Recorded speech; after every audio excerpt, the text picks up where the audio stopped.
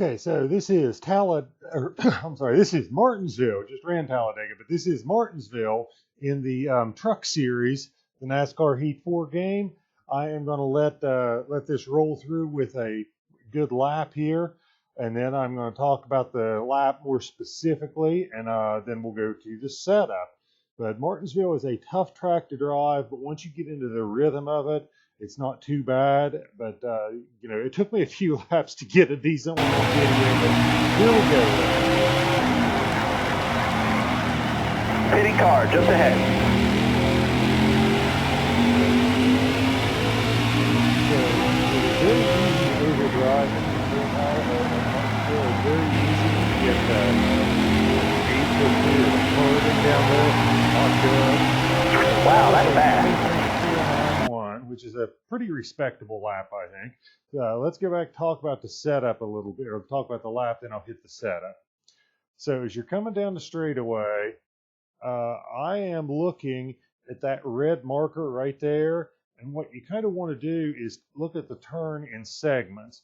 At that point, you're going to get off the gas and on the brakes about the time you're hitting that red sign, maybe just a hair before, and you almost want to break the turn into segments.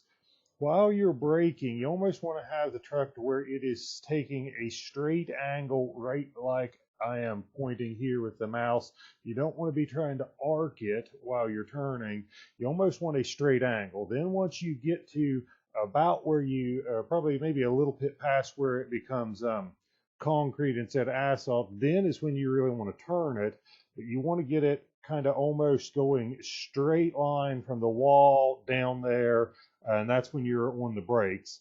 So, there you can see it. Now here you want to roll through the corner. You're going to roll quite a bit. It's very tricky because you have to be very precise with your controller because you want to stay down near the curb.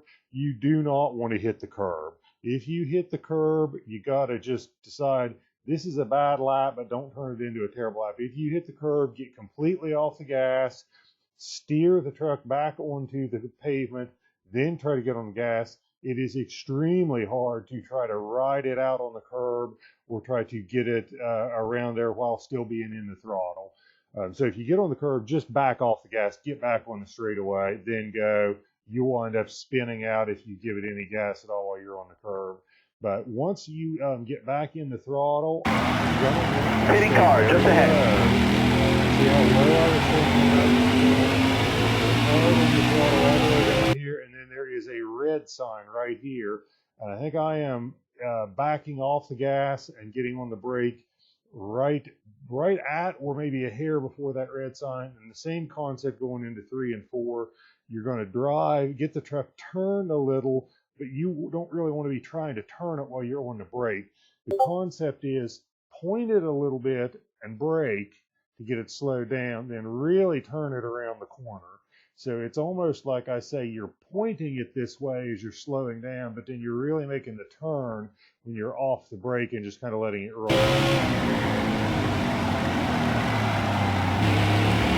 And again, you got to let the truck settle, and it's very easy to get yourself in trouble at Martinsville because you can either get on the corner or on the curbing, you can overdrive the corner. A lot of times if you wind up overdriving the corner, then you overcorrect by trying to get the truck back down to the curb, and you turn it too hard and wind up on the curb.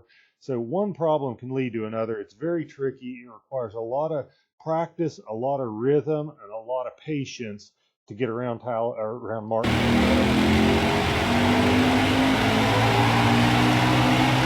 Wow. So there was a 20.491. That's a respectable lap.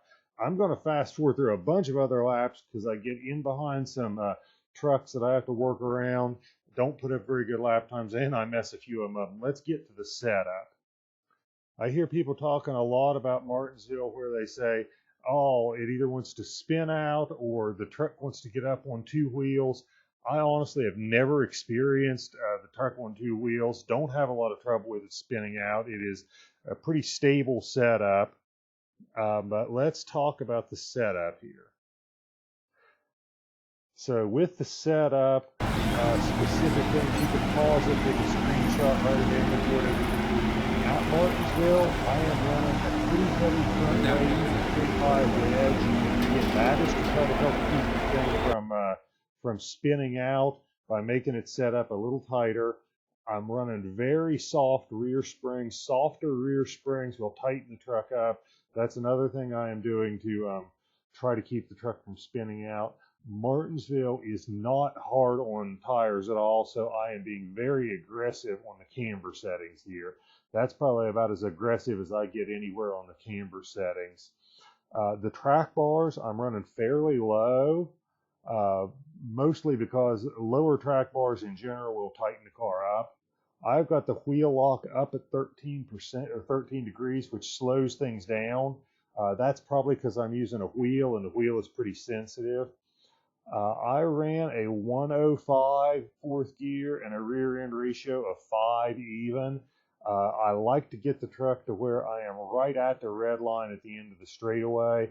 I feel like that's getting the maximum you can out of the straightaway speed. And if you're at the red line or close to it at the end of the straightaway, then you're probably still going to have enough RPMs when you are coming out of the corner that you've got pretty good torque to pick up speed.